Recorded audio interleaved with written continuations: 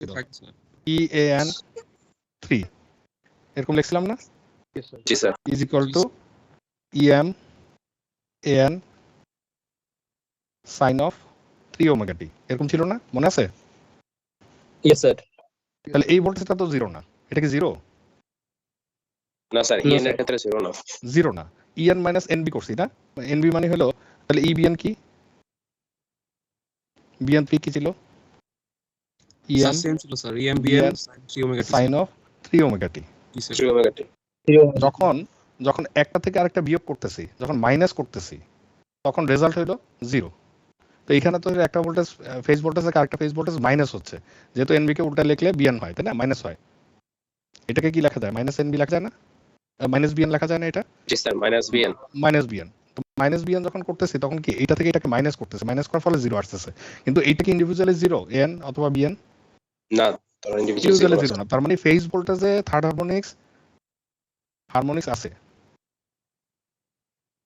is present, but line voltage no third harmonics. এইখানে third harmonics নাই। তাহলে যখন ভিএল ভোল্টেজটা মেজার করতেছি একটাকে ক্যান্সেল আউট করে ফেলতেছে, কিন্তু যখন শুধুমাত্র ফেজ ভোল্টেজ ক্যালকুলেট করতেছি তখন তো আমার এই ভোল্টেজটা আছে ফেজ ভোল্টেজের সাথে অ্যাড আপ হয়ে। এই জন্য ফেজ ভোল্টেজ ডিস্টর্টেড থাকবে, কিন্তু লাইন ভোল্টেজ ডিস্টর্টেড থাকবে না থার্ড হারমোনিক্সের কারণে। ক্লিয়ার হয়েছে? জি স্যার। তাহলে স্যার হচ্ছে এখান থেকে স্যার মানে ভাইভাতে বা কুইজে স্যার কি টাইপের কোশ্চেন করতে পারেন? এই যে যা বললাম সেই টাইপের কোশ্চেন, যেমন থার্ড হারমোনিক্স কি ফেজ ভোল্টেজে থাকে নাকি লাইন ভোল্টেজে থাকে? তুমি বললা স্যার লাইন ভোল্টেজে, ফেজ ভোল্টেজে থাকে, কারেক্ট অ্যান্সার। তারপরে জিজ্ঞেস করতে পারি ধরো ওয়াই কানেক্টেড উইন্ডিং এর অ্যাডভান্টেজ কি, এখানে হারমোনিক্সের রেসপেক্টে অ্যাডভান্টেজ কি আছে? তুমি বললা স্যার লাইন ভোল্টেজে হারমোনিক্স থার্ড হারমোনিক্স এলিমিনেট হয়ে যায়, দ্যাট ইজ অ্যান অ্যাডভান্টেজ। এই কোশ্চেন হতে পারে। আচ্ছা স্যার, ওই যে আমরা যে স্যার ওই যে মানে EN 3 is equal to E, ওই যে স্যার ছোট হাতের একটা M লিখে, এটা কি কোনো ম্যাক্সিমামের? হ্যাঁ, ম্যাক্সিমাম। সাইন যেমন ভিএম আমরা বলি না, V equal to VM sine omega t. এখন ভিএম যদি 3 ফেজ হয়, ধরো এটা যদি 3 ফেজ সিস্টেম হয়, তাহলে তো আমার ফেজ এ হইতে পারে, বি হইতে পারে, সি হইতে পারে, তাহলে আমি maximum of A, maximum VM maximum of B A, এইভাবে করে একটা নোটেশন দিলাম জাস্ট, যেটা কার ম্যাক্সিমাম। তাহলে এন মানে হলো এই ফেজের ম্যাক্সিমাম, বিএন মানে হলো এই ফেজের ম্যাক্সিমাম, সিএন মানে হলো এই ফেজের ম্যাক্সিমাম, সেটা মিন করতেছে। জি স্যার। ওকে স্যার আরেকটা জিনিস, ওই যে 58% যে স্যার সেভ হয় ভোল্টেজ মানে ইয়াতে ছিল, ওটা তো স্যার ওয়াই কানেকশনে না স্যার? হ্যাঁ হ্যাঁ এক্স্যাক্টলি। তাহলে VL equal to √3 of VP না, 1/√3 ক্যালকুলেটর আছে, দেখো তো 1/√3 ইকুয়াল টু কত আসে এটাকে ক্যালকুলেট করলে? 0.58 স্যার। 0.58 into 100 equal to 58%। বুঝছো কই থেকে আসছে? জি sir. VL divided by √3 is equal to VP, এখান থেকে আসছে। মানে 58% লেস দিলেও আমরা সেম ভোল্টেজ পাবো, কারণ 58% লেস দেওয়ার পরে √3 গুণ হবে না, গুণ হয়ে তো ভিএল আসবে, তার মানে আলটিমেটলি 58% রিকভার হয়ে যাচ্ছে।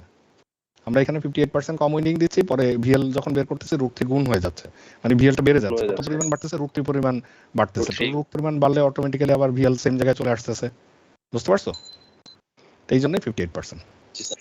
মানে স্যার যেটা কম ছিল সেটা আবার যখন ভিএল এ কনভার্ট করতে যেতেছে হ্যাঁ কনভার্ট করতেছি তখন আবার ইচ্ছা করে কম করছি। ভিপি যদি আমরা সেম রাখতাম তাহলে তো ভোল্টেজ বেড়ে যেত, কারণ √3 দিয়ে তো গুণ হচ্ছে, তাই না? আমরা যদি লাইনে ভোল্টেজ চাই 220, তাহলে ফেজে রাখা লাগবে কত?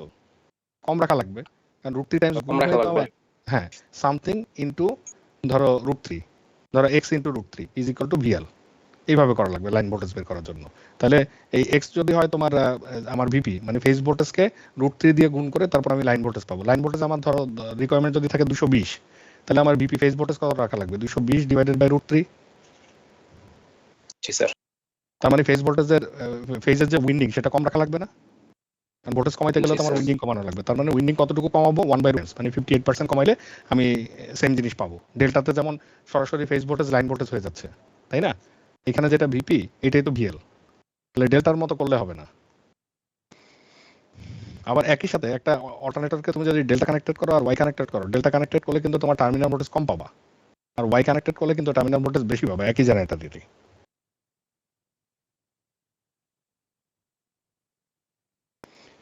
ওকে নেক্সটে চলে যাই। এটুকু ক্লিয়ার তো সবার না?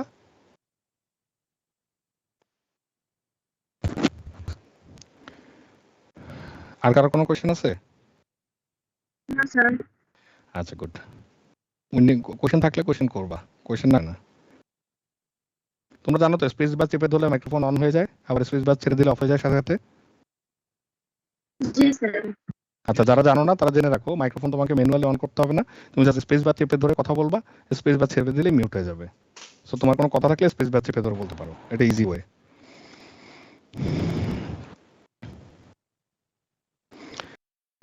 আচ্ছা, নেক্সটে আসতেছি। এখন ধরো শর্ট পিচ উইন্ডিং, এটা থেকে আমরা পিচ ফ্যাক্টর বা কর্ডিং ফ্যাক্টর বের করবো। পিচ উইন্ডিং এর একটা ফ্যাক্টর বের করবো, সেটাকে পিচ ফ্যাক্টর বলে অথবা কর্ডিং ফ্যাক্টর বলে, যে কোনো মানে নামে ডাকতে পারবা, অর দেই কর্ডিং ফ্যাক্টর। তো short pitch winding first of all, তো আমরা বলতেছি, আমরা নর্মালি 1 নাম্বার স্লটে যখন দিছি তখন কি 7 নাম্বার স্লটে গেছি না? 1 থেকে 7, 2 থেকে 8 এরকম ভাবে গেছি না? Yes sir. আচ্ছা, হোয়াট ইফ আমরা যদি 1 থেকে 7 এ না যেয়ে 1 থেকে 6 যাই? জিনিসটা শর্ট হবে। আচ্ছা, তো স্যার এটা তো যদি যাই তাহলে আমার লাভ কি হবে বলো তো? আমার এই উইন্ডিং শেষ করতে কি স্লট কম লাগবে না একটু? স্লট কম লাগে। আচ্ছা, স্লট কম লাগবে। স্লট কম লাগবে মানে কি কপার কম লাগবে না? লাগবে কিনা? আচ্ছা, এই যে জেনারেটর বানাচ্ছ, জেনারেটরের সবচেয়ে এক্সপেন্সিভ আইটেম কি আমি ডিসকাস করি তাহলে বুঝতে পারবে। এই স্ট্যাটর বানাচ্ছ কি দিয়ে? আয়রন দিয়ে। রোটর বানাচ্ছ কি দিয়ে? আয়রন দিয়ে। লোহা কি বেশি দামি? লোহার কেজি মনে হয় 26 টাকা থেকে ধরো হয়তো 40 টাকার মধ্যে ভ্যারি করে। 30 থেকে ধরো এখন একটু দাম বাড়ছে, 30 থেকে 40 টাকার মধ্যে কেজি ভ্যারি করে এইরকম, বা আর একটু বেশি কম হতে পারে, হোয়াট এভার। কিন্তু কপারের প্রাইস লোহার প্রাইসের চেয়ে ধরো অনেক অনেক ফোল্ড বেশি। 1 কেজি কপারের দাম ধরো অ্যারাউন্ড সবচেয়ে কম দামি কপার হলে 800-900 টাকা, এক্সপেন্সিভ ম্যাটেরিয়াল। তাহলে এখন তুমি যদি একটা জেনারেটর তৈরি করো, যে জেনারেটরটাতে ধরো তুমি ফুল পিচ উইন্ডিং দিছো, আমি যদি একটু কপার বাঁচায় ফেলতে পারি তাহলে আমার কি প্রোডাকশন কস্ট কমে আসবে না? আচ্ছা, কমে আসছে। এখন কমে আসলে আমি যদি জেনারেটর নাই বানাইতাম তাহলে তার প্রোডাকশন কস্টই থাকতো না, সেটা একটা কথা। স্যার আপনি কমাইতে চাচ্ছেন, কমাইলে তো সবই উইন্ডিং না দিলে তো কমে যায়, পয়সা 1 টাকা খরচ হয় না। কিন্তু দ্যাট ইজ নট দ্য মানে অনলি রিজন যে আমরা কপার কমাইতে চাচ্ছি। তো আমাদের এর সাথে সাবসিকুয়েন্ট কিছু বেনিফিট আসে। বেনিফিট বলতে বোঝাচ্ছি, যেমন ধরো আমরা যদি কপার কমানোর ফলে কিছু হারমোনিক্স রিডাকশন করতে পারি, খুশি হবা নাকি খুশি হবা না? Ultimately at the end of the day তোমাকে আমি বললাম যে এখানে একটা ধরো জেনারেটর আছে, এটা ওয়ালটন কোম্পানির, আর এখানে একটা জেনারেটর আছে, এটা ধরো আরএফএল এর, ঠিক আছে, ভীষণ কোম্পানির। এটা বললাম যে 3000 টাকা, এটা বললাম 4000 টাকা, দুইটাই সেম পাওয়ার, 1 কিলোওয়াট। তুমি কি 4000 টাকাটা নিতে চাবা? না স্যার। হ্যাঁ, নিতে গেলে তোমাকে অনেক বুঝাইতে হবে যে ভাই এটা 1000 টাকা বেশি, কারণ এই হইছে ওই হইছে, আমরা এটা করছি ওইটা করছি।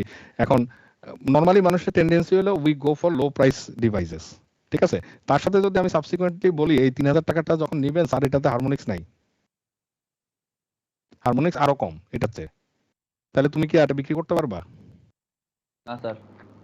তাহলে আর না, বিক্রি স্যার। করতে পারবে না। একে তো বললাম দাম কম, তার উপরে বললাম আবার হারমোনিক্সও রিডাকশন হচ্ছে, মানে আপনি আবার পিওর ইলেকট্রিসিটি পাবেন। সেই ক্ষেত্রে আর কোনো অপশনই নেই তোমার এই মানে ফুল পিচ উইন্ডিং এ জেনারেটর বিক্রি করার, স্পেশাল কেস ছাড়া। ধরো ছোটখাটো কেসে তুমি আর এটা বিক্রি করতে পারবে না। তো এই যে একটা ডিসঅ্যাডভান্টেজ, সেটাকে ওভারকাম করার জন্য বেসিক্যালি আমরা ইঞ্জিনিয়াররা কি চাই? ইঞ্জিনিয়াররা চাই ডিভাইস এফিশিয়েন্ট হোক, আর ব্যবসায়ীরা কি চায় বলো? বেশি দামে বিক্রি লাভ করতে বেশি হবে। হবে। হ্যাঁ, লো কস্ট, প্রফিটের দিক। Low cost. সেলিং প্রাইস থেকে কি বাদ দিতে হবে? Production cost. সেলিং প্রাইস থেকে প্রোডাকশন কস্ট বাদ দিতে হবে। বাদ দিলে কি আসবে বলো তো? প্রফিট। Profit, simple. তো এখন এখানে একটা ডায়লগ তোমরা সবসময় মনে রাখবা, যদিও এটা একটু পড়াশোনার বাইরে হইলেও এটা তোমাদের প্র্যাকটিক্যাল লাইফে এই জিনিসই সবচেয়ে বেশি লাগবে। 1 টাকা সেভড ইজ ইকুয়াল টু 1 টাকা প্রফিট। কেন বলো তো? 1 টাকা সেভ করলে 1 টাকা প্রফিট। যেটা আমি সেভ করব এটাই তোমার প্রফিট স্যার। জি স্যার, যেটা সেভ করব সেটাই তো টাকা পাবো। স্যার ওটা আমার বেঁচে গেল না স্যার, এটা তো ইচ্ছা করলে লাগে। ধরো একটা ফ্যাক্টরি রান করতে তোমার 10 লাখ টাকা লাগে, ঠিক আছে, আর এই ফ্যাক্টরিটার প্রোডাক্ট তুমি বিক্রি করে বাজারে বিক্রি করে 15 লাখ টাকা পাও। এটা হলো তোমার মানে ইনকাম, আর এটা ধরো তোমার এক্সপেন্ডিচার, ঠিক আছে। এখন লাভ কত তোমার? 5 লাখ টাকা প্রফিট। এখন তুমি ধরো তুমি ইঞ্জিনিয়ার, এখানে এখানে জয়েন করছো এই কোম্পানিতে, ইঞ্জিনিয়ার হিসেবে জয়েন করছো। জয়েন করে তুমি দেখলা যে এখানে একটা 3টা লেবার কাজ করে, 3টা লেবার কাজ করে, বেতন হলো 30,000 টাকা, 10,000 করে বেতন, 30K বেতন। তুমি তাদেরকে চাকরি থেকে বের করে দিলা, বের করে দিয়ে এখানে একটা মেশিন বসাইলা। মেশিন বসাইলে ডেফিনেটলি এটা ইলেকট্রিসিটি কস্ট আর মেইনটেনেন্স কস্ট লাগবে। মেইনটেনেন্স কস্ট এগুলো মিলে যদি তোমার 20,000 টাকা খরচ হয়, তাহলে এই 10,000 টাকা, এই যে এক্সট্রা 10,000 টাকা কোথায় যাবে বলো তো? স্যার ওই যে আমার 15 লাখের সাথে যোগ হয়ে যাবে স্যার, সরাসরি প্রফিটে, সরাসরি প্রফিট, 5 লাখের সাথে যোগ হয়ে যাবে। সরাসরি প্রফিটে যাবে, কারণ কস্ট তো শেষ, সব কস্ট আমার ক্যালকুলেশন করা শেষ। তুমি যদি একটা টিস্যু ইউজ করা, টিস্যু 1 পিস টিস্যু, এটা যদি ইউজ করা বাদ দাও, একটা টয়লেট টিস্যু রোলের দাম ধরো 16 টাকা, 16 টাকা তুমি যদি সেভ করতে পারো, এই 16 টাকা কই যাবে বলো তো? সরাসরি প্রফিটে। এই জন্যই 1 টাকা সেভড ইজ ইকুয়াল টু 1 টাকা প্রফিট। 1 টাকা প্রফিট। Yes sir. বুঝতে পারছো? সো তোমাকে ফ্যাক্টরিতে গেলে অবশ্যই চিন্তা করতে হবে, তো তোমার স্যালারি কই থেকে আসতেছে বলো তো? তোমার স্যালারি কই থেকে আসতেছে? প্রফিট থেকে? স্যার ওই যে প্রফিট থেকে কখনো তোমার স্যালারি আসবে না। স্যার ওই যে তোমার স্যালারি ইনকাম এখান থেকে, এইখান থেকে তোমার স্যালারি আসতেছে। তো এইখান থেকে তুমি যদি 30,000 টাকা জায়গায় 20,000 টাকা বাঁচায় দিতে পারো, এখান থেকে কি তুমি 2,000 টাকা ইনক্রিমেন্ট দাবি করতে পারো না? যে আমি এসে তো আপনার 8,000 টাকা লাভ করাই দিছি, তাহলে কোম্পানির লাভ 8,000, 5.8, তোমার লাভ হলো 2। তাহলে you should expect your salary raise when you can contribute towards the মানে towards the optimization of factory cost। তুমি যেই কোম্পানিতে চাকরি করো, আলটিমেটলি ইঞ্জিনিয়ার হিসেবে তুমি চাকরি করলে ultimately you have to work for a business, তাই না? তো এই বিজনেস মডেলটা তোমাকে অবশ্যই বোঝা লাগবে। তো এই বিজনেস মডেল এই জন্যই বললাম যে এটা খুবই ইম্পর্টেন্ট, যে তুমি যদি ডিজাইনে কোনো একটা ছোট চেঞ্জ করে 10 টাকাও যদি বাঁচাতে পারো একটা মোটরের ডিজাইন থেকে, তাহলে যদি 10,000 পিস বিক্রি হয়, 10 টাকা ইন্টু 10,000, 1 লাখ টাকা লাভ হয়ে যাচ্ছে। ওই 1 লাখ টাকা কিন্তু তুমি এখানে যোগ হচ্ছে ডাইরেক্ট, এবং সেখান থেকে কোম্পানি মালিক ডেফিনেটলি তুমি যদি পারফরমেন্স দেখাতে পারো, তোমাকে তো উপরে তুলবেই। এটাই স্বাভাবিক, যে পারফরমেন্স দেখাতে পারে তাকে উপরে তুলে, তারপরে তোমার স্যালারিও একই সাথে বাড়তে থাকবে। That's how some people get high salary and some people never achieve nothing. আচ্ছা, এই গেল আমাদের কেন মানে cost optimization important for engineering. তো ইন দ্যাট সেন্স আমরা চাচ্ছি যে আমাদের কপার সেভ করতে পারলে অনেক টাকা আমরা সেভ করতে পারবো। তো advantage of short pitch winding আগে দেখি।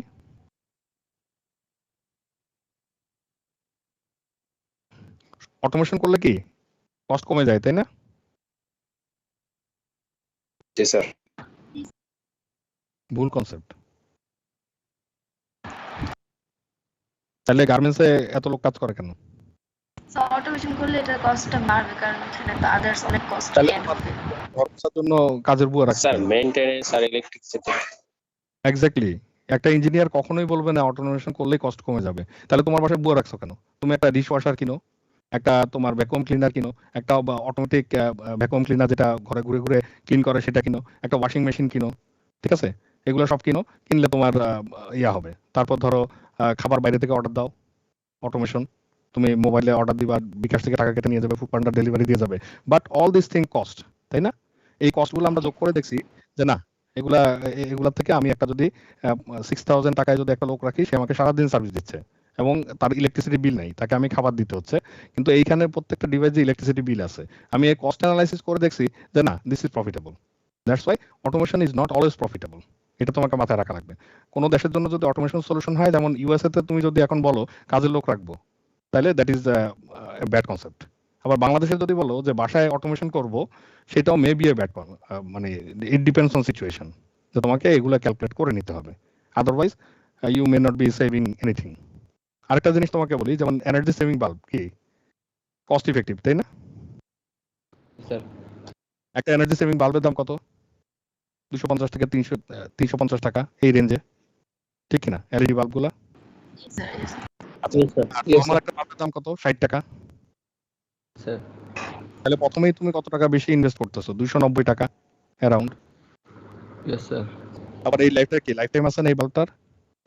তো এটাও গ্যারান্টি ওয়ারেন্টি থাকবে। হ্যাঁ, গ্যারান্টি ওয়ারেন্টি পরেও একটা লাইফ টাইম আছে। এই লাইফ টাইমে তুমি কত টাকা save করতে পারবে? এটা যদি তুমি টয়লেটে লাগাও, তাহলে তোমার হয়তো দেখা যাচ্ছে দিনে সর্বোচ্চ 20 মিনিট লাইটটা জ্বলতেছে। তাহলে কত বছরে তুমি ব্রেক ইভেন পয়েন্টে আসতে পারবা? মানে 290 প্লাস 290 টাকা যখন সেভ করতে পারবা, তখন তুমি ব্রেক ইভেন পয়েন্টে আসছো। ব্রেক ইভেন মানে মানে লাভও হয় নাই, লসও হয় নাই, তাহলে এখানে কি অ্যানালাইজ সরাসরি বলতে পারবা লাভ হয়েছে? না স্যার অ্যানালাইজ এনিথিং, ঠিক আছে? তারপরে তুমি বলতেছো সোলার প্যানেল লাগাই দিলে ফ্রি ইলেকট্রিসিটি, সোলার প্যানেল লাগাই দিলাম ফ্রি ইলেকট্রিসিটি। তাহলে এই যে সোলার প্যানেল লাগাইছো, সোলার প্যানেল কি সারা জীবন কাজ করবে? এটার একটা লাইফ টাইম আছে। আচ্ছা, নেক্সট হলো সোলার প্যানেল যে ব্যাটারিতে তোমার এনার্জি স্টোরেজ করতেছে, ব্যাটারির একটা টাইম আছে, তাই না? আবার এই সোলার প্যানেলের মেইনটেনেন্স আছে, এটাকে প্রতিদিন মানে একটা নির্দিষ্ট সময় পর পর এটা সারফেস ক্লিন করতে হবে, আদারওয়াইজ দেখবা আউটপুট পাবো না, স্পেশালি শীতকালে ধুলা পরে এটা ব্লক হয়ে যেতে পারে। আর ব্যাটারি তো অবশ্যই চেঞ্জ করতে হবে। তো এই যে এই কস্টগুলো, এগুলা কি চিন্তা করছি আমরা? আমরা বলি সোলার প্যানেল লাগাই দিলেই সব সলভ হয়ে গেল, বিনা পয়সা ইলেকট্রিসিটি। আসলে কি এটা বিনা পয়সা? না স্যার। No sir. না স্যার তাহলে আমাকে অবশ্যই এইটা চিন্তা করা লাগবে যে এইটা এগুলা লাইফ টাইম সহ যে ইনভেস্টমেন্ট করলাম। আবার এই ইনভেস্টমেন্ট প্রথমেই আমার ধরো 1 লাখ টাকা লাগলো, ধরো পুরো বাসার জন্য একটা সোলার প্যানেল কিনলাম, 1 লাখ টাকা ব্যাংকে রাখলে কি আমার 10% প্রফিট আসতো না? আসতো কিনা? এইটাও আমাকে চিন্তা করা লাগবে। আমি যে 1 লাখ টাকা রিসোর্স ইনভেস্ট করছি, এই 10% প্রফিট মানে 1 বছর মানে 1 মাসে আমার 1000 টাকা করে কিন্তু ব্যাংক থেকে ইন্টারেস্ট আসতো, সেটাও আমি কিন্তু কনসিডার করা লাগবে। কারণ আমি পিডিবি থেকে যদি সাপ্লাই নেই, এই 1 লাখ টাকা তো আমি ইনভেস্ট করতেছি না। তাহলে এই 1000 টাকা প্লাস এই মেইনটেনেন্স সবকিছু মিলে যদি প্রফিটেবল হয়, দেন ইটস প্রফিট। এখন বাসা বাড়ির জন্য that's not a big deal, but when you are thinking about a big industry, you have to consider all the possibles way, যে প্রফিট আসলে কোথায়। একজন বুঝাই দিলেই যে বুঝে যাবো, that should not be the case. আচ্ছা, advantage of short pitch winding আসি এবার। কি বিরক্ত করলাম নাকি বিজনেসের কথা বলে? না স্যার জিনিসটা ভালো লাগলো না স্যার। স্যার। এই জিনিসগুলো মাথায় রাখা লাগবে, ভেরি ইম্পর্টেন্ট। আদারওয়াইজ দেখবা শুধু ইঞ্জিনিয়ারিং এ করতে থাকবা কিন্তু কাজ হচ্ছে না, তোমার কোম্পানি প্রোগ্রেস হচ্ছে না। আচ্ছা, টু সেভ, একটা আইডিয়া দিয়ে দিলেন স্যার। হ্যাঁ এগুলো মাথায় রাখবা, মাথায় রাখলে কাজে দিবে। ক্রিটিক্যাল ওয়েতে চিন্তা করতে হবে। নর্মাল লোকজন আমি যেগুলো বলছি এগুলো চিন্তাই করবে না। ধরো এই যে সোলার প্যানেল লাগাইলে কি হয়, এই যে এলইডি বাল্ব কিনলে আসলে কি লাভ হচ্ছে কিনা, এটা কোথায় লাগাচ্ছি তার উপরে ইস্যু আছে। এটা যদি বাথরুমে লাগাই এক হিসাব, এটা যদি ধরো বেডরুমে লাগাই আরেক হিসাব হতে পারে, কারণ বেডরুমের লাইটটা অনেক বেশি জ্বলবে। তো কোনটা জ্বলবে, কতদিনে টাকাটা উঠে আসবে, সেটাও একটা ইস্যু। বা বাথরুমে যদি 20 মিনিট করে জ্বালাও, এই 290 টাকা তোমার সেভ হইতে, এই যে এনার্জি সেভিং হচ্ছে, ওই সেভিং হিসাব করে 290 টাকা উঠে আসতে কত বছর লাগবে, সেটাও কিন্তু একটা ইস্যু। কারণ যদি দেখা যায় দিনে তুমি ধরো 1 টাকা সেভ করতেছো, 1 টাকা সেভ করা অনেক বড় বিষয়, 20 মিনিটে 1 টাকা সেভ হবে কিনা ওটা একটা ইস্যু আছে। তাহলে তোমার 290 দিন লাগবে এই টাকাটা উঠে নিয়ে আসতে, ততদিন যদি লাইট ঠিক থাকে। তারপরে তুমি যাবা প্রফিটে, তার আগ পর্যন্ত না। কিন্তু তার মধ্যে কিন্তু এই 290 টাকা ইনভেস্টমেন্টের কস্ট ধরে নেই, ইনভেস্টমেন্ট কস্ট ধরতে হবে যে এই টাকা যে ইনভেস্ট করলে এটা তোমার অন্য কোনো খাতে থাকলে তো তোমাকে প্রফিট দিত, স্পেশালি ফর বিজনেস কেস। বাসা বাড়ির জন্য এত ক্রিটিক্যাল চিন্তা না করলেও চলবে, কিন্তু বিজনেসের ক্ষেত্রে 1 টাকা ইনভেস্ট করলেও এই ইনভেস্টের রিটার্ন চিন্তা করতে হবে আমার। এই জন্য যখন তুমি মাস্টার্স করবা, মাস্টার্সে একটা সাবজেক্ট আছে, ধরো এআইবিতে মাস্টার্সে একটা ফিক্স সাবজেক্ট আছে, that is finance and investment. Finance and investment এইটা কোর কোর্স, এটা করতেই হবে তোমাকে মাস্টার্স করলে। কেন করতে হবে বুঝতে পারছো? জি স্যার। হ্যাঁ, জি স্যার। আমি করবো ইঞ্জিনিয়ারিং এ মাস্টার্স, আমার ফিনান্স জেনে লাভ কি? অবশ্যই জানতে হবে, তোমারই সবচেয়ে বেশি জানতে হবে। To save copper of end connection, এন্ড কানেকশনে কপার সেভ করার জন্য আমরা শর্ট পিচ উইন্ডিং করতে পারি। এন্ড কানেকশনে কপার সেভ করা মানে কি, ধরো একটা কন্ডাক্টর এইখান থেকে 7 নাম্বার স্লটে যেত, ওটাকে যদি আমি এখান থেকে 6 নাম্বার স্লট দিয়ে ঢুকাই, তাহলে কি এই পাশে আর এই পাশে কি তার একটু কম লাগলো না? 7 নাম্বার পর্যন্ত যাওয়ার জন্য তার একটু বেশি কপার লাগতো না? জি স্যার। জি স্যার। এই যে অল্প একটু কপার, এটা আমরা বাঁচাতে পারলাম। That is one of the advantage. Yes sir. ছোট সেভিংস কে কিন্তু ছোট মনে করবেন, আগেই বলে নিছি 1 টাকা সেভ 1 টাকা প্রফিট। স্যার ওই যে ছোটবেলাকার কথা মতো ক্ষুদ্র ক্ষুদ্র বালুকণা বিন্দু বিন্দু জল স্যার। এক্স্যাক্টলি, বিজনেসের জন্য এটা খুবই খুবই true. And we work for business, এটা মাথা থেকে কখনোই বাদ দিবা না। We all work for business. কারণ তোমার বিজনেস, তোমার কোম্পানি দাঁড়ায় না থাকলে ইউ গেট নাথিং। তুমি শুধু না, যে তোমার কাজের কারণে কিন্তু অনেক ওয়ার্কারও বেনিফিটেড হবে। দারোয়ান পিওন ওরা কিন্তু কাজ করতেছে না, ওরা সেফটি দেখতেছে, কিন্তু তোমার কোম্পানি যদি না থাকে ওরা কিসের সেফটি দেখবে? সো তোমার ইফিসিয়েন্সির উপর অনেকের ইস্যু নির্ভর করতেছে।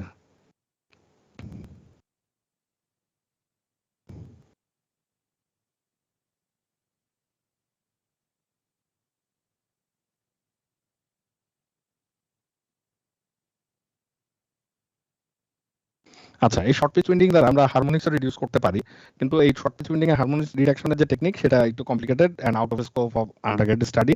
যদি কখনো মাস্টার্স করো, মেশিন স্পেশাল মেশিন একটা সাবজেক্ট আছে, সেইখানে এই ধরনের কমপ্লিকেটেড ইস্যু ডিসকাস করা হয়। তা আপাতত আমরা জেনে রাখি যে হারমোনিক্স, আদার যে হারমোনিক্স গুলো আছে, ইভেন হারমোনিক্স, সেগুলোকেও এই শর্ট পিচ উইন্ডিং দিয়ে ক্যালকুলেট করে রিডিউস করা সম্ভব।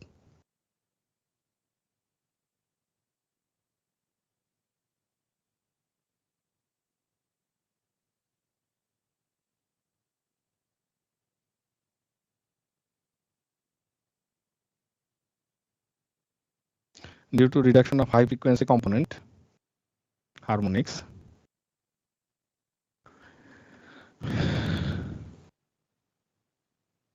hysteresis and eddy current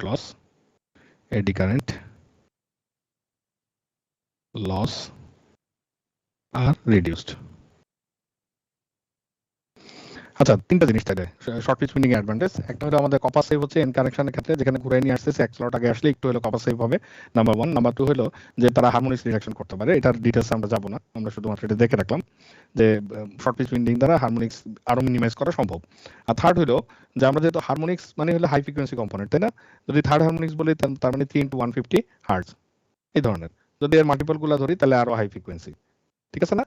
তাহলে এই হাই ফ্রিকোয়েন্সি কম্পোনেন্ট যখনই আমরা বাদ দিচ্ছি, তখন একটা জিনিস আমাকে মাথায় রাখা লাগবে যে হিস্টেরেসিস লস আর এডি কারেন্ট লস, এই দুইটা লস ডিপেন্ড করে ফ্রিকোয়েন্সির উপরে, বোথ আর ফ্রিকোয়েন্সি ডিপেন্ডেন্ট। তাহলে ফ্রিকোয়েন্সি যত হাই হবে হিস্টেরেসিস লস হাই হবে, ফ্রিকোয়েন্সি যত হাই হবে এডি কারেন্ট লস হাই হবে। যেহেতু হাই ফ্রিকোয়েন্সি কম্পোনেন্টগুলো আমরা ফিল্টার আউট করে ফেলতে পারতেছি by short pitch winding, so দেখা যাচ্ছে হিস্টেরেসিস লস আর এডি কারেন্ট লস কমে আসবে। এটা কি ভালো না খারাপ বলো তো? ভালো স্যার। ভালো, এটা লসকে আমরা রিডিউস করতে পারতেছি, একটা অ্যাডভান্টেজ। আর ওয়েভ ফর্মও আমরা বেটার পাচ্ছি, দুটো অ্যাডভান্টেজ। আবার কষ্ট কমে আসতেছে, ঠিক আছে? কপার সেভ করতেছে, কস্ট কমে আসতেছে। তাহলে তিনটা বেনিফিট পাচ্ছে, একদম ডিরেক্ট বেনিফিট, কস্ট কম, ওয়েভ ফর্ম ভালো, আবার লসও কম। তাহলে কি এটা করবা নাকি করবা না? বলবো স্যার। আচ্ছা, ডিসঅ্যাডভান্টেজ করবো কি? অ্যাডভান্টেজ থাকলে ডেফিনেটলি ডিসঅ্যাডভান্টেজ আছে। Disadvantage of using short pitch winding.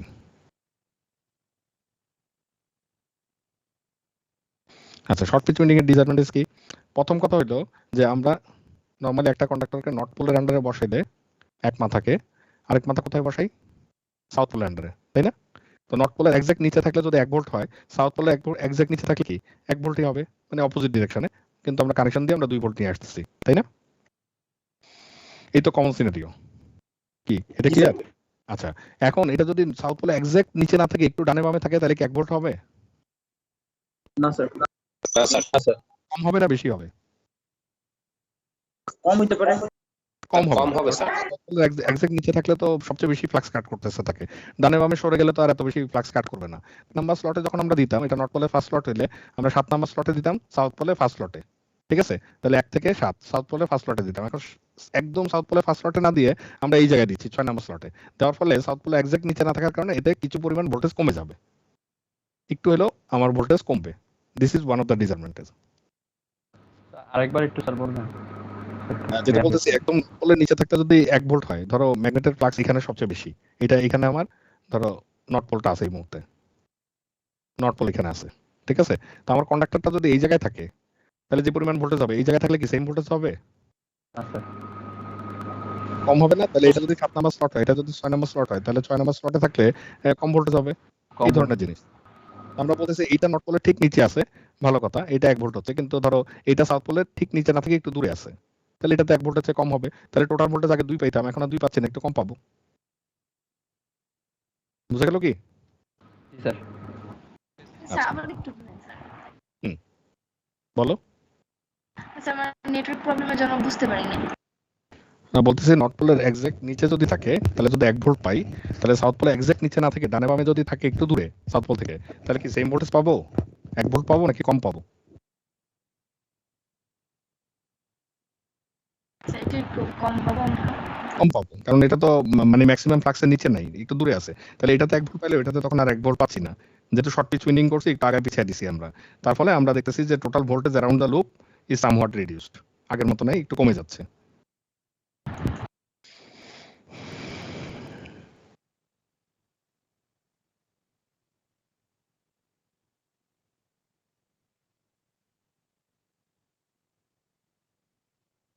Reduced.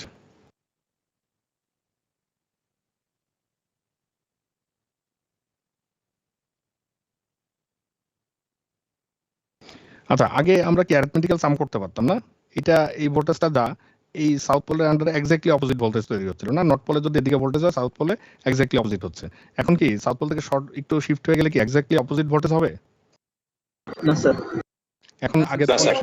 করতে পারতেছিলাম, এখন কি আর 1 ভোল্ট আর 1 ভোল্ট করা যাচ্ছে? যাচ্ছে না। এটা একটা প্রবলেম। তাহলে আমরা যখন যোগ করব তখন তাহলে এখন আমাদের দুটা ভাবে যোগ করতে হবে। একটা হলো আমাদের অ্যারিথমেটিক্যাল সাম, আর একটা হলো ভেক্টর সাম। অ্যারিথমেটিক্যাল সাম কোনটা? এটা, এই যে 1 ভোল্ট প্লাস 1 ভোল্ট যোগ করে ফেলছি এটা।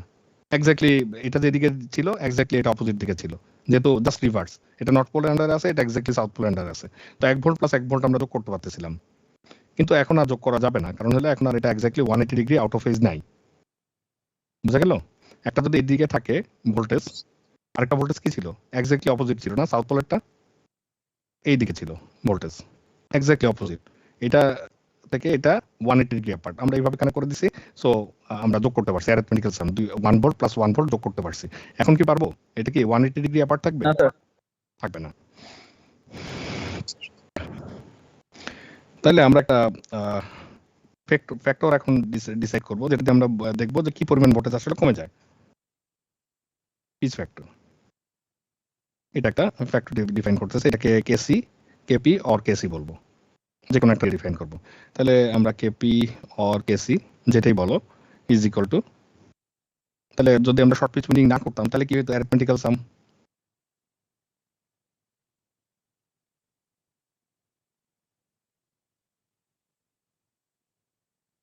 ইএমএফ আর কয়েল, যে এই যে একটা কয়েল আছে, এই কয়েলে আমরা অ্যারিথমেটিক্যাল সাম করতাম 1 ভোল্ট প্লাস 1 ভোল্ট, এটাকে অ্যারিথমেটিক সাম বলতেছি। যদি না করতাম আমরা শর্ট পিচ উইন্ডিং, তাহলে এত ভোল্টেজ হইতো। আর যদি শর্ট পিচ উইন্ডিং করি তাহলে এখন ভেক্টর সাম করা লাগবে। Vector some of induced EMF per coil.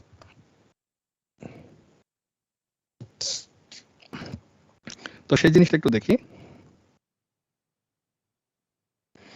ধরো আগে এই ইএস ভোল্টেজ ছিল আমার, আরেকটা কন্ডাক্টরে আমাদের ইএস ভোল্টেজ তৈরি হইতো। এই দুটাকে আমরা যোগ করে ফেলতাম, যোগ করে বললাম এই টোটাল ভোল্টেজটা আমার 2 ইএস, ধরে অ্যারিথমেটিক্যাল সাম করি। এখন ভেক্টর সাম করতে গেলে কি হচ্ছে? আমি দেখলাম ইএস একদিকে, আর ইএস এর সাথে এটা এক্স্যাক্টলি এভাবে ঘুরায় কানেক্ট করলে এক্স্যাক্টলি অপোজিট না হয়, এক স্লট যেহেতু দূরে আছে, এক স্লট আমরা ডিসটরশন পাবো, অ্যাঙ্গেল পাবো। এক স্লট ধরে নিই 30 ডিগ্রি,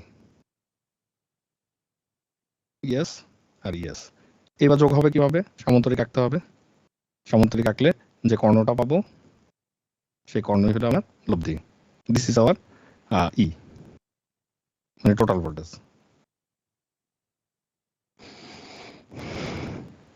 কি বোঝা যাচ্ছে? স্যার জিনিসটা একবার একটু ধরো এই যে আমার স্লট আছে, 1 নাম্বার স্লটে দিলাম, 7 নাম্বার স্লটে দিলাম, নর্থ সাউথ নর্থ সাউথ। তাহলে 1 নাম্বার স্লটে দিলে আমি ঘুরে নিয়ে কোথায় দিচ্ছিলাম? 7 নাম্বার স্লটে দিচ্ছিলাম। তাহলে এখানে দিয়েছিলাম স্যার। ভোল্ট দিলে এখানে 1 ভোল্ট হইতো, যোগ করলে কত? 2 ভোল্ট পেতাম। এই কন্ডাক্টরে 1 ভোল্ট, এই কন্ডাক্টরে 1 ভোল্ট, তাই না? এখন এটাকে আমরা সাথে না দিয়ে যদি 6 এ দেই, তাহলে এখানে যে স্লট, এই স্লটে বসার কথা আমরা না বসায় এর আগে স্লটটায় বসাইলাম। তাহলে এই স্লট থেকে এই স্লটের ডিসটেন্স কত? ধরে নিই 30 ডিগ্রি। 6টা স্লট না এখানে? 6টা স্লট না? 6টা স্লট হলে 318, 180 ডিগ্রি নর্থ পোল থেকে south pole, 180 degree south pole থেকে আবার নর্থ পোল 180 ডিগ্রি, ঠিক না? ঠিক কিনা? জি স্যার। জি স্যার।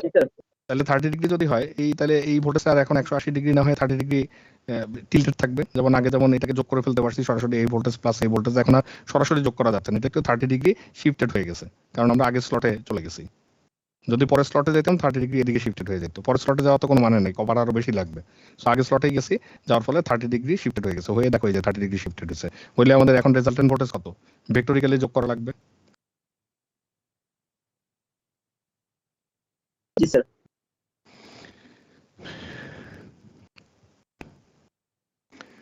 তো ভেক্টরিক্যালি যোগ করলে এটা কি বেশি আসবে নাকি এটা বেশি আসবে বলো তো? অ্যারিথমেটিক্যাল সাম করলে বেশি আসবে না ভেক্টর সাম করলে বেশি আসবে? স্যার অ্যারিথমেটিক্যাল সাম করলে বেশি আসবে। হ্যাঁ, অ্যারিথমেটিক সাম করলে বেশি আসবে। দুটো সরাসরি যোগ হচ্ছে, ভেক্টর সাম করলে একটু হলে কমে যাবে। কত পরিমাণ? এখন 150 ডিগ্রিতে স্যার কাজ করতেছে, তাই না স্যার? যদি 30 ডিগ্রি কমে যায়। হ্যাঁ হ্যাঁ, 180 এর বদলে 150 ডিগ্রিতে কাজ করতেছে exactly. If it is short pitched by 30 degree. আমরা এক স্লট কমাইছি এটা কখনো বলবো না, আমরা কত ডিগ্রি কমাইছি সেটা বলবো। এখানে যেহেতু 6টা স্লট 3 6 18 মানে 30 ডিগ্রি করে, সো এই জন্য আমরা বললাম if short pitch by 30 degree, then আমরা বেশিও করতে পারি, ডিপেন্ড করে। আপাতত দেখতেছি 30 ডিগ্রি করলে কি হবে। দেন ভোল্টেজ কিভাবে বের করবো, এটা লব্ধি বের করার সিস্টেম কি, এটার ইকুয়েশন পড়ছো না? কোথায় পড়ছো?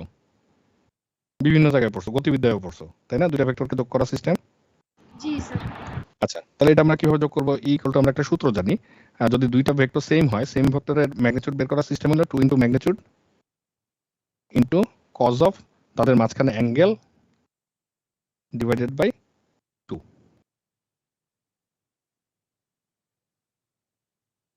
ঠিক আছে, if same vector, same vector হলে আমরা এইভাবে বের করতে পারি। এই সূত্র মনে আছে? তো মনে না থাকলে আমি মনে করাই দিচ্ছি। তাহলে দুইটা যদি সেম ভেক্টর হয় তাহলে আমরা খুব সিম্পলি বের করতে পারবো 2 ইনটু ম্যাগনিটিউড কত তাদের, ইএস, দুইটারই ম্যাগনিটিউড ইএস না? এটা আর এটা তো সেম। বাট স্যার এটা তো স্যার যখন এটা ইএস মানে 2 ইএস বের হয় তখন তো স্যার ওটা নর্থ পোল আর সাউথ পোল সেম পজিশনে থাকে না স্যার, মানে বরাবর। হ্যাঁ, এটা তো অ্যারিথমেটিক্যাল সাম। হ্যাঁ, আমি দেখতেছি এখন vector sum. Okay sir. Vector সামের ক্ষেত্রে তো 30 ডিগ্রি এটা শর্ট পিচ করার পরে দেখতেছি, আর এটা শর্ট পিচ করার আগে। এখন শর্ট পিচ করার পরে তো 30 ডিগ্রি শিফট হয়ে গেছে, তাই না? শিফট হওয়ার পরে এটাকে এখন ভেক্টর সাম করতে হবে। ভেক্টর সাম করতে গেলে দুটো Yes, sir. সেম ভেক্টরে ভেক্টর সাম করার সূত্র হলো যে 2 ইনটু তাদের ম্যাগনিটিউড কজ অফ তাদের মাঝখানে অ্যাঙ্গেল, মানে এই যে 30 ডিগ্রি অ্যাঙ্গেল তাদের মাঝখানে, ডিভাইডেড বাই কি 2। এটা হলো সূত্র। 2 ইনটু ইএস তাদের মাঝখানে কজ অফ তাদের মাঝখানে অ্যাঙ্গেল কত, 30 ডিগ্রি ডিভাইডেড বাই 2। আচ্ছা, এই গেল আমাদের ক্যালকুলেশন। সেটা আসলে হইলো এটা থাক, যেভাবে আছে এভাবেই থাক, আমরা এটা কাটাকাটি করলে 15 ডিগ্রি পাই। এখন আমরা কেপি অর কেসি বের করি। Kp or Kc equal to কি হবে বলো তো? উপরে হবে আমাদের, নিচে হবে আমাদের অ্যারিথমেটিক্যাল সাম 2 ইএস, তাই না? ইএস প্লাস ইএস, আর উপরে কি হবে? Vector sum 2 ES cos of 15 degree. 15 degree, তাহলে ইএস ইএস কাটাকাটি চলে যাচ্ছে না? তাহলে থাকতেছে কজ অফ 15 ডিগ্রি থাকতেছে 0.9666।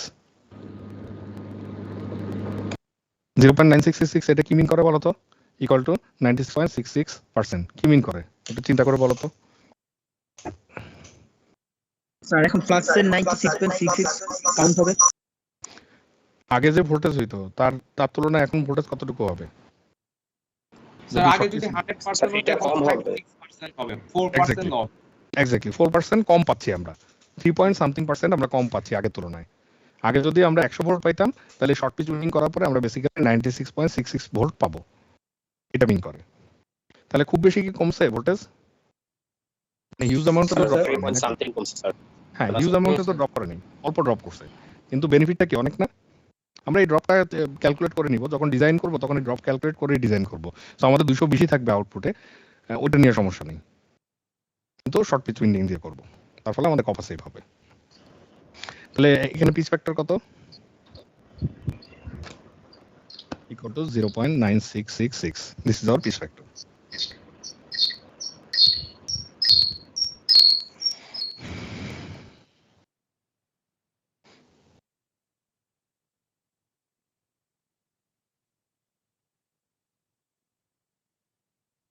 আচ্ছা,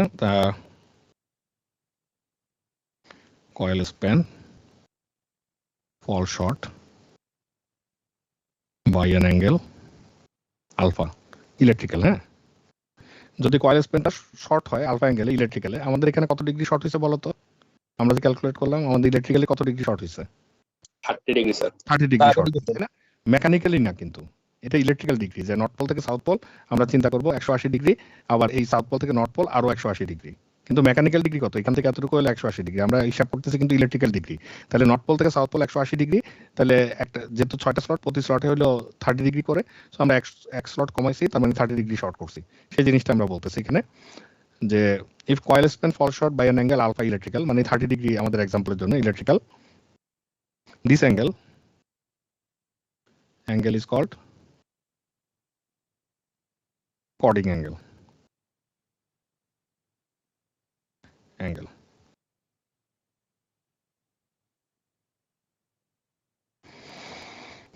আচ্ছা, এইখানে একটা জিনিস দেখো, যে আমরা কাকে ভাগ করছি বেসিক্যালি 2 দিয়ে? 30 ডিভাইডেড বাই 2 করছি, তাই না? 30টা কি? সে কর্ডিং স্যার অ্যাঙ্গেল অ্যাঙ্গেল অ্যাঙ্গেল কর্ডিং অ্যাঙ্গেলই। এখন যদি এমন হইতো আরো একটু শর্ট করতাম, ধরো আরো অ্যাক্সেলারেট শর্ট করতাম, তাহলে 60 ডিগ্রি হইতো। স্টিল কর্ডিং 60 অ্যাঙ্গেল, ডিগ্রি স্যার হয়ে যেত। 60 ডিগ্রি তখন কর্ডিং অ্যাঙ্গেল থাকতো, ডিভাইডেড বাই 2 হইতো। তুমি যতই শর্ট করো আলটিমেটলি ইএস আর ইএস তো সেমই থাকবে, শুধু অ্যাঙ্গেলটাই চেঞ্জ হবে, তাই না? আর তো কিছু চেঞ্জ হচ্ছে না। এখানে 30 ডিগ্রি জায়গায় যদি 60 ডিগ্রি শর্ট করতে ক্যালকুলেশনে কি চেঞ্জ হতো? অ্যাঙ্গেলটাই চেঞ্জ হতো। কিন্তু এই যে ভেক্টর ক্যালকুলেশন করছি, এই ক্যালকুলেশনে কি চেঞ্জ হবে অনলি? বলতো এই পোর্শনটা না Yes, sir. চেঞ্জ হবে, আর কিছু চেঞ্জ স্যার হবে? ওই যে অ্যাঙ্গেলের পোর্শনটা চেঞ্জ হয়ে যাবে না শুধু স্যার? অ্যাঙ্গেলটা চেঞ্জ হবে, তাই না? তো আমরা আলটিমেটলি দেখো এই ইএস আর ইএস তো কাটাকাটি চলে যায়, এই দুটো তো কাটাকাটি চলে যায়, তাহলে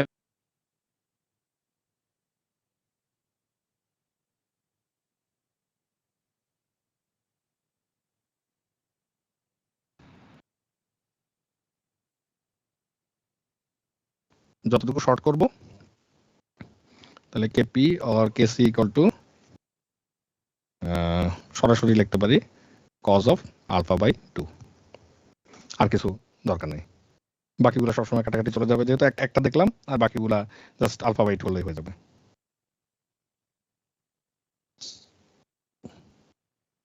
কি ঠিক আছে? স্যার একটু লেখাটা একটু বুঝতেছিলাম না। ইট কয়েল স্পার্ক নাকি এটা sir? If coil span Okay. Padma সেতু স্প্যান দেখো নাই? এই শব্দটা এত চিনে ফেলার কথা। স্প্যান মানে হলো একটা থেকে আরেকটা, যেমন পদ্মা সেতুর পিলার টু পিলার যে বারটা বসায় সেটাকে স্প্যান বলে, এটা হলো স্প্যান। আর আমাদের ক্ষেত্রে স্প্যান কোনটা? কয়েলের এক মাথা থেকে আরেক মাথা। এই যে নর্থ পোলে যে মাথা দিলাম তার থেকে সাউথ পোলের মাথা, এটা আমার স্প্যান কয়েলের। তো এটা কত ডিগ্রি শর্ট পড়ছে? যদি এক স্লট কমাই দিই তাহলে 30 ডিগ্রি শর্ট পড়বে, 2 স্লট কমাই দিলে 60 ডিগ্রি শর্ট পড়বে। যে যতটুকু অ্যাঙ্গেল শর্ট পড়তেছে সেটাকে আমরা বলতেছি আলফা ইলেকট্রিক্যাল আর কর্ডিং অ্যাঙ্গেল।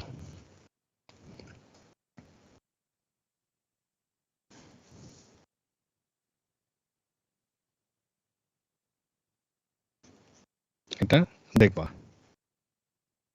করা আছে, শুধুমাত্র ভ্যালু বসায় ক্যালকুলেট করতে হয়। এটা দেখলে তোমাদের কেসিকেপির হিসাবটা ক্লিয়ার হয়ে যাবে। আচ্ছা আমাকে একটু সময় দাও, আমি 5 মিনিট একটা ব্রেক নিচ্ছি, তোমরা 5 মিনিট একটা ব্রেক নাও। পারবা বের করতে?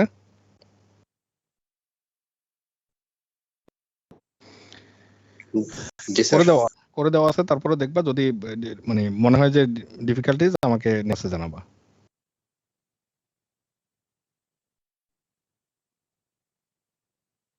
और ब्रेथ फैक्टर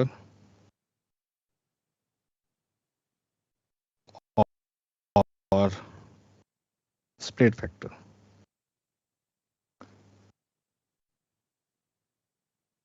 বাবা মা নানি দাদি সবাই একটা করে নাম দিলে যেরকম হয় ওই অবস্থা। একই জিনিসেরই এতগুলো নাম, ডিস্ট্রিবিউশন ফ্যাক্টর যা, উইন্ডিং ফ্যাক্টরও তা, ব্রেড ফ্যাক্টরও তা, স্প্রেড ফ্যাক্টরও তা, একই জিনিস। তো এখন কথা হইলো যে ধরো ফেজ 1 এর যে কন্ডাক্টর, একটা ফেজের কন্ডাক্টর কি আমরা শুধুমাত্র একটা স্লটেই বসাই নাকি বেশি স্লটে বসাই বলো তো? একটা ফেজের যে কন্ডাক্টর আছে সেটা কি আমরা সবসময় একটা স্লটেই বসাই নাকি মাল্টিপল স্লটে বসাই? Multiple slot sir. এটা ডিপেন্ড করে, তাই না? যদি আমরা 12টার যে এক্সাম্পল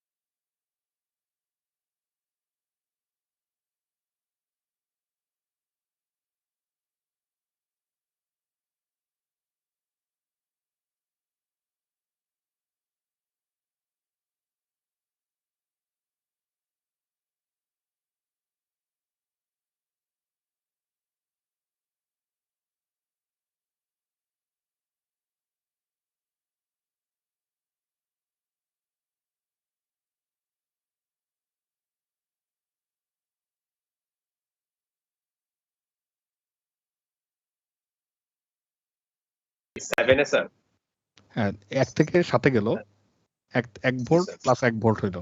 এখন 2 নাম্বারটা যখন ভোল্টেজ কাউন্ট করব তখন কি 1 ভোল্ট হবে? কি মনে হচ্ছে? নট করলে এক্সাক্ট নিচে নাই, তাহলে একটু শিফটেড আছে, কম হবে না বেশি হবে? কম হবে স্যার। কম হবে। আবার 8এও কি কম হবে না? Yes sir. 8ও কম হবে। তাহলে আমরা যে আগে যে হিসাব করতেছিলাম যে এখানে 1 ভোল্ট, এখানে 1 ভোল্ট, এখানে 1 ভোল্ট, এখানে 1 ভোল্ট, দুই রাউন্ড দিলাম 4 ভোল্ট হয়ে গেল, এটা কি ট্রু কমপ্লিটলি? না স্যার।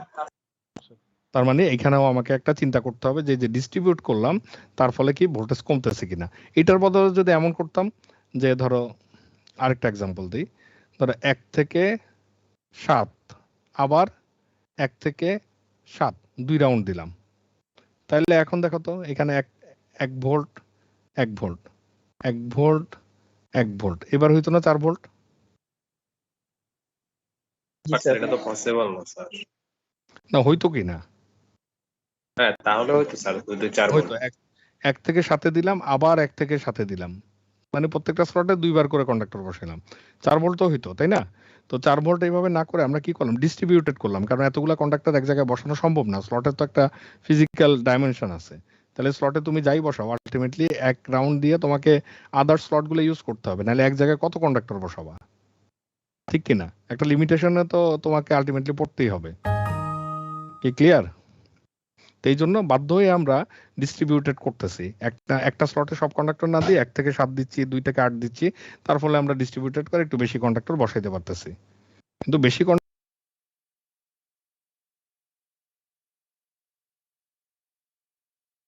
ডিগ্রি আমরা এক স্লট শিফটেড হয়েছে, মানে একের জায়গায় 1 এ দিলাম 2 এ দিলাম, 2 এ দিলে 20 ডিগ্রি শিফটেড হলো।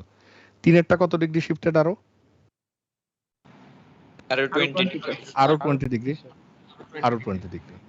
তাহলে এই গেল আমার টোটাল হিসাব। তাহলে এটা আমার একটা ইএস, এটা সেকেন্ড মানে 2 নাম্বার স্লটের ইএস ভোল্টেজটা, আর 3 নাম্বার স্লটের ভোল্টেজটা আরো 20 ডিগ্রি শিফটেড। তাহলে যোগ করতে গেলে কি করতে হবে, এই হলো আমার টোটাল ভোল্টেজ। ভেক্টরের মাথাগুলো যোগ করলেই স্টার্টিং পয়েন্ট আর এন্ড পয়েন্ট যোগ করলে যেটা আসবে সেটা হলো আমার total voltage, E equal to sir কত সেটা। সেকেন্ড 20 ডিগ্রি স্যার ওটা সাইড একটু বুঝাই দিবেন যে ইএস। এই যে দেখো প্রতি স্লটে কত 20 ডিগ্রি করে শিফট হয় না यस স্যার। Electrical degree? তাহলে প্রথম স্লটে যখন বসাইলাম, তারপরে যখন এই কন্ডাক্টর যখন সেকেন্ড স্লটে আসবে ঘুরে, তখন কত ডিগ্রি এই ভোল্টেজের সাথে এই ভোল্টেজের ডিফারেন্স কত ডিগ্রি থাকবে? তো বুঝি নাই স্যার। 20 degree sir. মানে স্যার ওই 1 আর 2 এর মধ্যে স্যার? হ্যাঁ 1 নাম্বার স্লট থেকে 2 নাম্বার স্লটের ডিফারেন্স কত ডিগ্রি ইলেকট্রিক্যালি? 20 ডিগ্রি। তাহলে এই স্লটে যে ভোল্টেজ হবে এই স্লটে ভোল্টেজ কি 20 ডিগ্রি শিফটেড থাকবে না? জি স্যার। তারপরেরটা কত ডিগ্রি শিফটেড থাকবে? আরো 20 ডিগ্রি শিফটেড থাকবে। তাহলে যখন আমরা আঁকবো ভেক্টর, তাহলে প্রথমটার ভোল্টেজের সাথে সেকেন্ডটার ভোল্টেজ কি 20 ডিগ্রি শিফটেড আঁকলাম, তারপরেরটা কি আরো 20 ডিগ্রি শিফটেড আঁকলাম। তা আমি তো চাচ্ছি যে এই 3টা স্লটে যে টোটাল ভোল্টেজ হচ্ছে সেটা কত সেটা বের করতে। এখন 3টাকে যদি একই স্লটে দিতাম তাহলে খুব ঝামেলা নাই, সবগুলো একই ফেজে থাকতো, তাহলে বলতাম 1 volt plus 1 volt plus 1 volt 3 volt হলো অ্যাজ অ্যান এক্সাম্পল। তো আমরা এটা যেহেতু ডিস্ট্রিবিউট করছি, এখন তো আর বলতে পারতেছি না 1 volt plus 1 volt plus 1 volt, তাহলে এখন যোগ করতে গেলে কি করতে হবে, ভেক্টর সাম করতে হবে না? জি স্যার 20 স্যার 40 ডিগ্রি কনসিডার করতে হবে আলফাবেট। এক্স্যাক্টলি, এই যে 20 আমরা এইভাবে কনসিডার করছি। তো এটা হলো আমাদের অ্যারিথমেটিক্যাল সাম বামে যেটা হইতে পারতো, আর এটা হলো আমাদের অ্যাকচুয়ালি ডিস্ট্রিবিউশন করার পরে যা হচ্ছে সেটা। তাহলে ডিস্ট্রিবিউশন করার পরে কি হচ্ছে সেটা একটু যোগ করি। ই ইকুয়াল টু কিভাবে বের করব, ES cos 20 degree plus ES plus ES cos 20 degree, সবগুলা যোগ করলাম।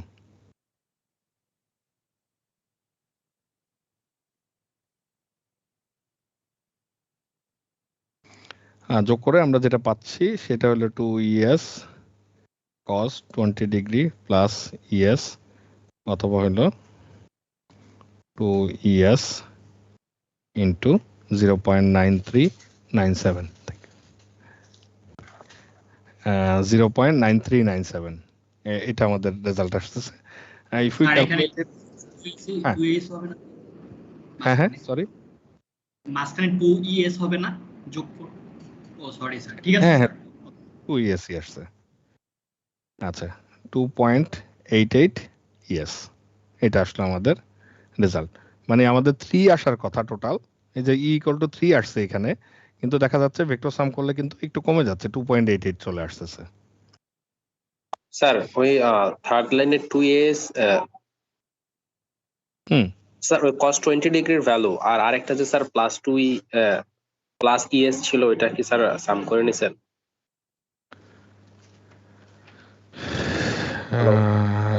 দাঁড়াও আমি বলতেছি। না, এখানে একটা ইয়েস যোগ থাকবে। হ্যাঁ স্যার এটার কথাই বলছি। ইয়েস যোগ থাকবে, এটা মিসিং হয়ে গেছে। ইয়েস তো ছিলই, এটা তো জাস্ট cos 20 ডিগ্রি ভ্যালু বসাইছি, ইয়েস তো ইয়েস এর জায়গায় থাকবে। সো 2es কে গুণ করলে এটা 2 থেকে একটু কম আসবে, আর এখানে তো 1 আছে, তার মানে 2 আর 1 3 হওয়ার কথা, 3 না হয়ে 3 থেকে একটু কম হয়ে গেছে। এবার ঠিক আছে। আচ্ছা, তাহলে আমাদের কেডি বের করার সিস্টেম কি হবে বলো তো? কম ভোল্টেজ ডিভাইডেড বাই বেশি ভোল্টেজ, তাই না? বেশি ভোল্টেজ মানে কি? অ্যারিথমেটিক্যাল সাম। তার মানে ইএমএফ উইথ কনসেন্ট্রেটেড উইন্ডিং।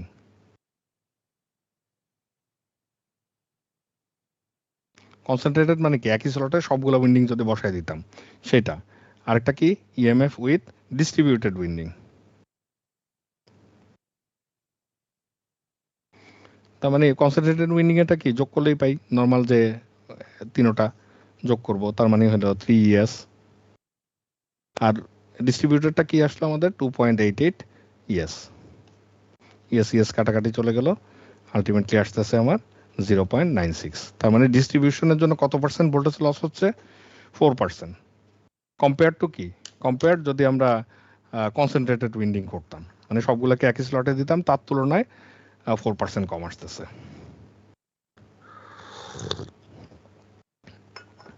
কি ঠিক আছে? স্যার কনসেন্ট্রেটেড উইন্ডিং টা স্যার 3s। হ্যাঁ, কনসেন্ট্রেটেড মানে Arithmetic। কনসেন্ট্রেটেড মানে হলো অ্যারিথমেটিক। মানে একই কনসেন্ট্রেটেড বলতে বোঝাচ্ছি যে একই জায়গায় যদি বসাই, যে 1 থেকে 7, আবার 1 থেকে 7, আবার 1 থেকে 7 এরকম করে যদি বসাই, তাহলে কি 1 ভোল্ট 1 ভোল্ট 1 ভোল্ট 3 ভোল্ট দিতে হবে। আর এটার মধ্যে তো মানে লিডিং ল্যাগিং এর কোনো ইস্যু নাই, ইলেকট্রিক্যাল কোনো শিফটিং তো নাই। কিন্তু আমরা যেটা করছি, 1 থেকে ধরো এই স্লটে দিলাম, তারপরে স্লট থেকে নিয়ে তারপরে স্লটে দিলাম, তারপরে স্লট থেকে নিয়ে তারপরে স্লটে দিলাম। এই স্লটগুলোর মধ্যে তো ইলেকট্রিক্যাল অ্যাঙ্গেল ডিসপ্লেসমেন্ট আছে। তাহলে এটার যে ভোল্টেজ, তার 20 ডিগ্রি পরে এটার ভোল্টেজ ম্যাক্সিমাম হয়, তার 20 ডিগ্রি পরে এটা ভোল্টেজ ম্যাক্সিমাম হয়। তার মানে এরা 20 ডিগ্রি শিফটেড একটা থেকে একটা। তাহলে ভোল্টেজ যোগ করার সময় এটার ভোল্টেজ প্লাস 20 ডিগ্রি শিফট করে এটার সেকেন্ড ভোল্টেজ, তারপরে আরও 20 ডিগ্রি শিফট করে থার্ড ভোল্টেজ যোগ করব। এভাবেই করতে হবে ভেক্টরিক্যালি সাম করলে। ওকে? Yes sir. আজকে কয়টা বাজে দেখো তো, আরেকটা টপিক কি শুরু করা যাবে?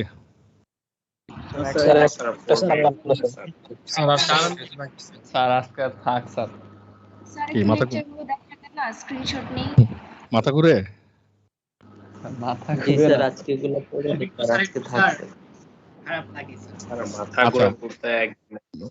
বলো, সহজ সাবজেক্ট পড়লে ভালো নাকি খুশি হবা, নাকি কঠিন সাবজেক্ট পড়লে খুশি হওয়া উচিত?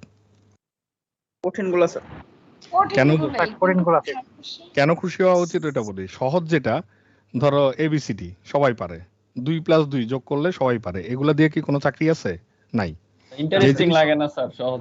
যেই জিনিস সবাই পারে না, ওই জিনিস শিখতে পারলে তাইলে তুমি স্কিলফুল কিছু একটা হইলা। যেমন কাঠমিস্ত্রি কিছু স্পেশাল কাজ জানে যেটা আমরা জানি না, এসির মিস্ত্রি কিছু স্পেশাল কাজ জানে, গাড়ির মেকানিক কিছু স্পেশাল কাজ জানে, এই জন্য তারা মানে ইনকাম করতে পারে। এখন ওটা যদি সবাই জানতো, তাহলে কি ওটা ইনকাম করতে পারতো? পানির কল খোলার জন্য কি তুমি লোক নিয়োগ করো? কিন্তু পানির কল লাগানোর জন্য লোক নিয়োগ করো। সো যখনই দেখবা সবচেয়ে কঠিন সাবজেক্ট, তখন খুশি হবা যে এই সাবজেক্টটা সবার পক্ষে সম্ভব না মাথায় নেওয়া। তোমারই মাথায় নিতে যদি কষ্ট হয়, তোমার থেকে দুর্বল স্টুডেন্ট হলে আর কখনো পারবে না সে মাথায় নিতে। তো যখনই দেখবা কঠিন সাবজেক্ট, তখন খুশি হবা। যত কঠিন তুমি অ্যাবজর্ব করতে পারতেছো, দেখবা তোমার আশেপাশে কেউ বুঝতেছে না, তুমি বুঝতেছো, তার মানে ইউ আর কম্পিটেন্ট। তখন বুঝবা যে আই এম স্পেশাল।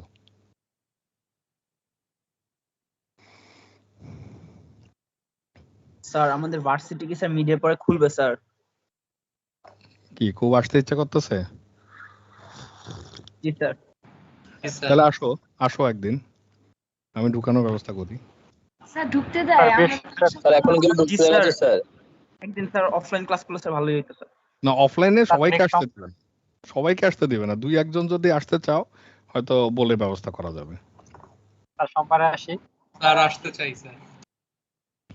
আচ্ছা, আসতে চাইলে আমাকে জানাও, আমি আগে ক্যাম্পাসে অ্যাডমিনের সাথে কথা বলে তোমাদের জানাবো। স্যার হলে স্যার নেক্সট সোমবারে স্যার, নেক্সট ক্লাসে। আচ্ছা, আমি আগে কথা বলে দেখি। তোমাদের টিকা দেওয়া আছে কারো? স্যার ডাবল ডোজ শেষ স্যার। জি স্যার। দুইটা ডোজই দেওয়া হয়েছে। তাহলে টিকার কার্ড নিয়ে স্যার, এখনো single স্যার একটা dose ডোজও দেয়নি।